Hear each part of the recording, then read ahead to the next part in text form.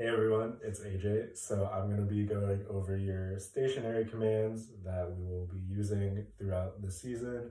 Very simple, very basic. So starting off with attention, pretty self-explanatory. Drum majors and the staff will be using it to simply get your attention, make sure that you guys are listening and not fidgeting around. So starting from the bottom up, you want to have your feet at a 45-degree angle. And if you're not really sure what that looks like, put your feet together, rock forward and up, and then rock back like you're swaying and you're losing balance. And then when you lose balance, you'll find yourself at a pretty wide position. It's almost 90 degrees, at least for me. So you're gonna just take a fist, put it all the way on the ground in between your feet, and you're just gonna bring it in very slightly, and that should be the midpoint of basically your 90 degrees, and that'll make your 45-degree angle with your feet. So moving on to the knees. Now, it's a common misconception that when you're called to attention, you want to tense everything up from your head all the way to your toes, but absolutely not true. That's how you're gonna pass out. So instead of locking your knees like so, just naturally relax it, and you can even have just a little tiny curve, not so much where you're leaning back, but just making sure that you're not locking the knees, because that's how you pass out, especially when we have really hot rehearsal days. Moving on to the hips. Now, you don't really think about your posture, but just naturally, a lot of people like leaning on to one side or the other. And I like to call this the sassy hips. Now, we don't want that. You want to make sure that it's just nice, neutral. And also, when you stand, you don't want to have your hips too far back where you're leaning forward, and you don't want it too far front where you're leaning back. Nice, natural hips. And then now moving on to your hands. So when you're at attention, you're not going to have your hands in your pockets, and you're not going to have them like around you or in front of you, kind of like lazy like this. You're going to have them in a fist. So you're going to give me thumbs up, and then you're just going to lay the thumbs down, and you're going to line your fist with the seam of your pants or your shorts. So for me right here, I don't know if you can see, but it's just right in the middle. You can kind of just see, especially if you're standing in front of a mirror or your phone, you can kind of see where the middle of your legs are already. So just line it up right there. Just make sure that both sides are in line. And your arms aren't going to be straight. Again, if you lock this, you're just going to cut even more blood circulation, going to pass out. So instead of having this really straight arm, you're going to just bring up your fist about half an inch to like about an inch. And you'll get a nice, really natural looking curve. And obviously it's not going to look like this, because then you're going to look like Chicken Little, and you're going to flap away. So you don't want it at your hips or your hip bones. You just want to have them wherever they naturally land and bring them up about an inch. And again, when you do this, your elbows might kind of prop out a little bit. We don't want that. So remember, tuck that in. Next, you want to make sure that you have nice prominent chest. You don't want to lean too in. So how we deal with that is you want to bring your shoulders all the way up to your ears. You're going to roll back, and then you're going to drop. So that should give you a nice line and nice, good, solid posture that showcases your upper chest and shows that you have pride and you look really strong and powerful. And to continue on with that, we're going to focus on the chin. Now, you don't want to look down, obviously, and you're not looking all the way up. So how I fix this is you have the L from your forehead, Smash Mouth, All Star, and you want to line up the thumb with kind of the midpoint of your collarbones. And then you want to put your index finger under your chin. And you don't want to overextend it, you're not looking up, just keep it really natural. And this is how I usually declare where your chin should be in line with the rest of your attention position. So notice with this, when I take it off, your natural instinct, especially with me, I've been doing marching band a lot, your natural instinct is that you'll want to stick your head out. And you can't really see it with my hat, but you can notice that I stick my head out, and I see a lot of students do this. So whenever you do this, you want to make sure that you're not just sticking your head out, but you have it up and you tuck it back in. That's really important, and it kind of prevents neck strain, especially when you get older. I know it's not anything you guys worry about right now, but it will cause a lot of neck strain and neck problems. So just make sure that you still have your chin up and that your neck, and you push that chin and neck back. And then in terms of your eyesight, where am I looking? You want to look directly straight at the horizon, which is slightly above or around 45 degrees.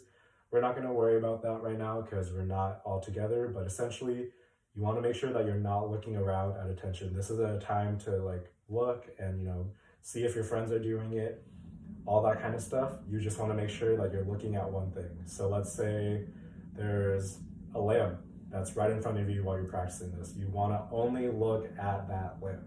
You don't want to look at the plan, or you don't want to look at your books or your bed. You only want to look at the lamp when we call to attention.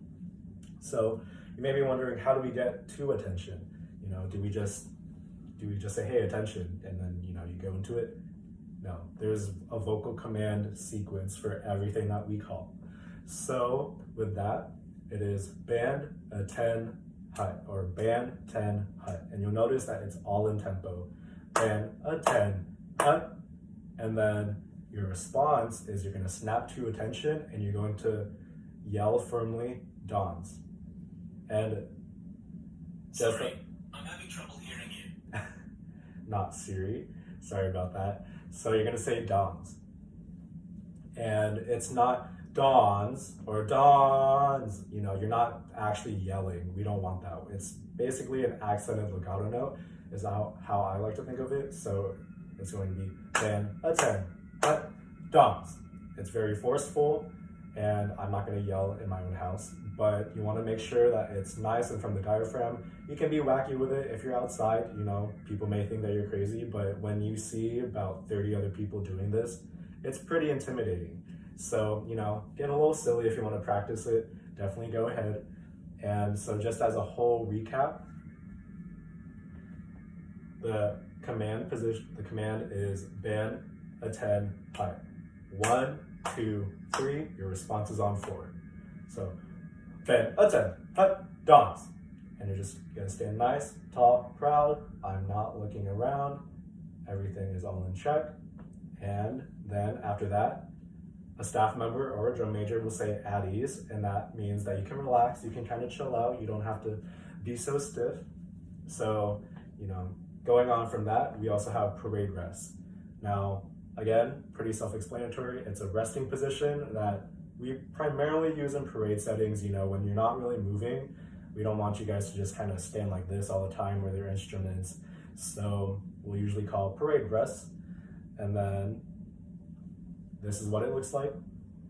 So in the action from bottom to top, you're at attention. It is only called when you're at attention. You're going to step out, hips width apart. And you want to line up the ball of your foot right here at the very end. You want to line it up with your hips. Now, the reason why I say that is because when you step a little further to shoulders width apart, that's kind of a different positioning that looks kind of weird, especially because so many people kind of misinterpret shoulder width. So make sure that you're just hips width apart. And then with your left fist, you're gonna have it at the very crook of your back. And it's just gonna be very natural. Just relax. You don't have to like push your back or anything. Just keep it at the crook of your back. And you still stand tall and you stand at attention. Everything's normal. And that's parade rest. Now how we call it is just parade rest. And then you step out immediately on 3. So how it looks when called is parade rest. And notice that there's no vocal command. And then if we want you guys to go back to attention, it'll be a 10, hut.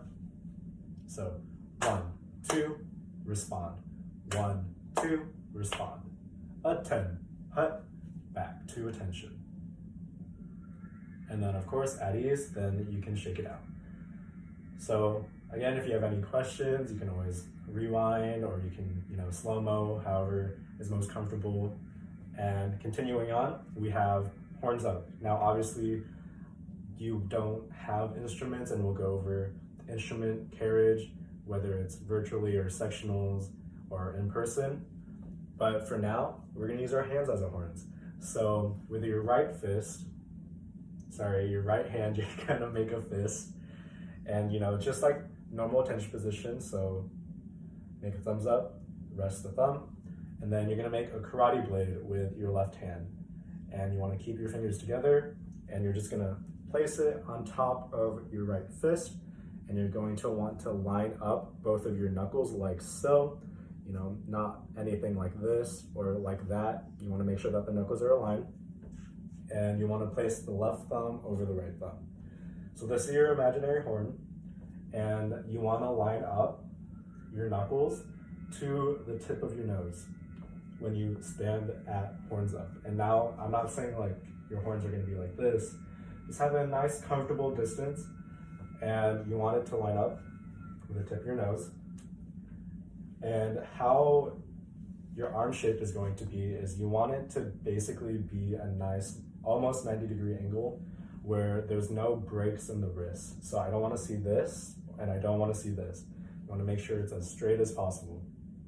And so this is horns up, and then obviously this is horns down. So those are gonna be the vocal commands.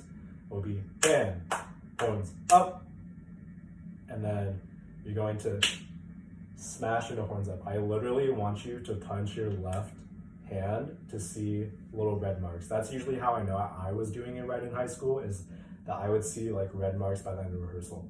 So when we say bam, horns up, you're gonna immediately, as fast as possible, smash that karate chop left hand. And then it'll be bam, horns down, snap. Now notice it's really fast, and I say it's really snappy. That's because we don't want bam, horns up, or bam, horns down. That looks sloppy, it looks slow. We want it to make it look quick. We have power. So it's gonna be bam, horns up, bam, horns down, snap. So you just practice that a little bit, get comfortable, try and see how fast you can do it while being in time, in tempo. Wait till the very last second. Bam, horns up, da. Bam, horns down, da. Practice, play around with that. Next,